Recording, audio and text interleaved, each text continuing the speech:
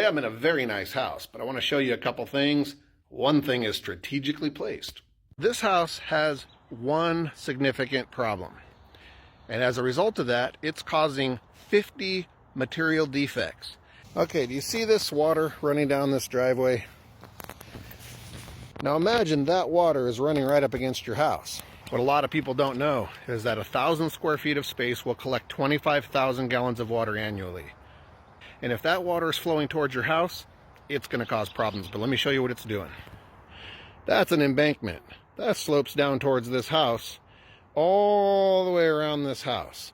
So it's all just a big embankment. And if you walk right over here, you're going to see that you can actually see where the river flows. And the river flows, including right here. Now, if you notice the spalling, the cracking, and the deterioration around here, that is all being caused by improper drainage management, okay? This right here is a low spot. I'm going to take you in the basement. I'm going to show you some of the stuff, but I'm going to show you a worse condition. That's loose siding there too. Sorry, just being ADD. Now this house has a finished basement. If you notice, this is all sloping down toward the foundation. Same thing in this corner here. This has had recent concrete repair. You can see the fresh brush marks in this. That has either been barge coated or that's been repaired of some kind, but one thing they did over here, they've got this outlet. I'm not even sure I'd be able to get a plug into that because that gap right there is tiny. It certainly wouldn't be easy. So we're just going to say that's not ideal. But as I come down this walkway, what do we see? Settlement and movement of the concrete steps. Now I'm guessing that they patched it and repaired it up there so that it looks nice for the listing. But that right there is 1.5 inches of displacement. And as we work our way down, we've got a crack here that gets bigger as you go, which tells me that step has also settled. This is where it got worse though. I noticed all this moisture across the front of the driveway here. That tells me that water is coming down from here. So that's obviously going to be negative grade on the back with water just flowing down into this garage.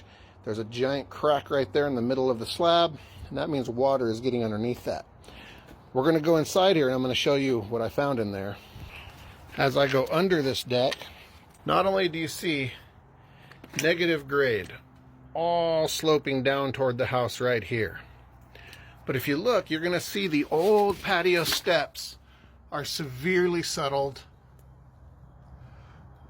and there is a big giant area of funneling right there. There's negative grade there, and you can see that we're trying to fix this. This is remediation right here, but look, this goes totally negative, and this is where all that water is dumping down onto the driveway. Got bigger issues. We've got rusted joist hangers. This isn't the worst, but we've got a bunch of missing holes, and those are improper nails. Those are roofing nails. It only gets worse. You'll see right here, wrong nails, missing nails, and rusted joist hangers. Telling them this negative grade, I hadn't been in the house yet, but I said, we're going to find moisture intrusion in this section of the garage. And it's not because I'm clairvoyant, it's because I see this stuff every day, and you guys see it in my videos every day, but let me show you in the garage. All right, this whole backyard slopes down toward the house. That wall over there is the wall next to the deck. That's the deck that we were just underneath. This is the wall on the other side of the house where I showed you that the ground to siding clearance was inadequate.